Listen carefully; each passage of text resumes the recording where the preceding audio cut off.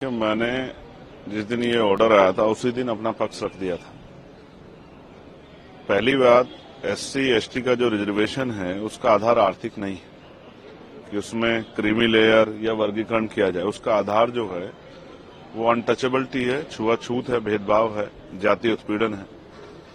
तो सर्वोच्च न्यायालय को हमारी फिक्र ये बहुत अच्छी बात है, लेकिन सर्वोच्च न्यायालय को सबसे पहले उन्हीं के ऑर्डर के अकॉर्डिंग जातिगत जनगणना करानी पड़ेगी, फिर उसके आंकड़े जुटाने पड़ेंगे, उसके आर्थिक आंकड़े भी जो है जारी करने पड़ेंगे, तभी वो इस सब चीजों कर सकती है।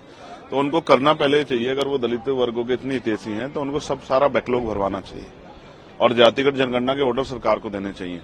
अगर एससी एसटी एकजुट रहेगा तभी अपनी लड़ाई लड़ पाएगा। हम तो लंबे समय से अभी जो है एसजीपीजी जो है वहां लखनऊ में और इलाहाबाद जो है यूनिवर्सिटी में जिस तरह से एनएफएस करके हमारे लोगों को निकाला गया, ये स्पष्ट है उन एनएफएस को भरवाने के लिए सरकार ने क्या किया है, उन एनएफएस को भरवाने के लिए सुप्रीम कोर्ट ने क्या किया है, तो वो कुछ नहीं किया है। हाँ, हमेशा कोशिश ये की गई है कि इनके जो लड़ने वाले लोग हैं उनकी ताकत कम किया जाए। अब एससी एसटी बटने वाले नहीं, आप ही देख लो इस फैसले का कितना समर्थन, कितना विरोध हो रहा है, तमाम लोगों में इसका विरोध है। तो हम स्पष्ट हैं कि हम अपने लोगों को बटने देंगे और हमें अपने लोगों की चिंता है। इसलिए हमने स्वतः जो है 1.5 साल पहले मांग की थी कि जिन जातियों को अवसर नहीं मिला है उनको उनका आरक्षण बढ़ा के 15% शेड्यूल कास्ट को मिलता है और 5% बढ़ा के उन बाकी जातियों को आरक्षण देने की व्यवस्था सरकार करे। ये 1.5 साल पहले हमने लखनऊ पीसी करके कहा था और दिल्ली में भी। और जो ओबीसी की भी ऐसी जाति है उनको भी जो है 15% अलग से रिजर्वेशन देने का काम जो है 27% से अतिरिक्त सरकार करे, लेकिन कहां सुना, सुप्रीम कोर्ट ने भी नहीं सुना। तो जब आप ईडब्ल्यूएस 10% दे सकते हो तो आप जो है 5% शेड्यूल कास्ट के लोगों को बढ़ा क्यों दे सकते?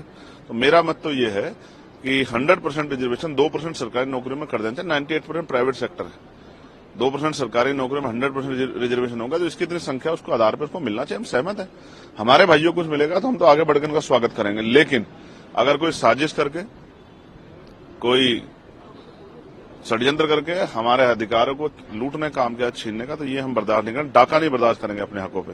इसके लिए चाहे सरकार से जो है अध्यादेश लाने की बात हो, चाहे सुप्रीम कोर्ट में जो है रिपिटिशन दाखिल करने की बात हो, या मैं आज सारे मेंबर ऑफ पार्लियामेंट जो शेड्यूल कास्ट शेड्यूल ट्राइब के हैं या जो सामाजिक न्याय को मानते हैं उन सबसे चर्चा करूंगा और बहुत जल्द जो है एक बड़ा जो है हम अपना इस संघर्ष का स्वरूप सरकार और सुप्रीम कोर्ट को दिखाएंगे। हम अब पीछे हटने वाले नहीं। हम अपने अधिकारों के लिए, स्पेशली मैं चंद्रशेखर आजाद, अपने लोगों के अधिकारों के लिए, बाबा साहब अम्बेडकर ने कहा था कि जब मेरे हित में और देश हित में टकराव होगा तो मैं देश की तरफ रहूंगा, लेकिन जब मेरे समाज के हित में और देश हित में टकराव होगा तो मैं समाज की तरफ रहूंगा। मैं फिर आज कहता हूं कि अगर कोई भी हमारे अधिकारों छीनने काम करेगा तो हम हर कीमत चुकाने के लिए तैयार हैं। मैं अपने समुदाय के साथ खड़ा हूं, उनको ना बंटने दूंगा, ना उनके अधिकार में कटौती होने दूंगा।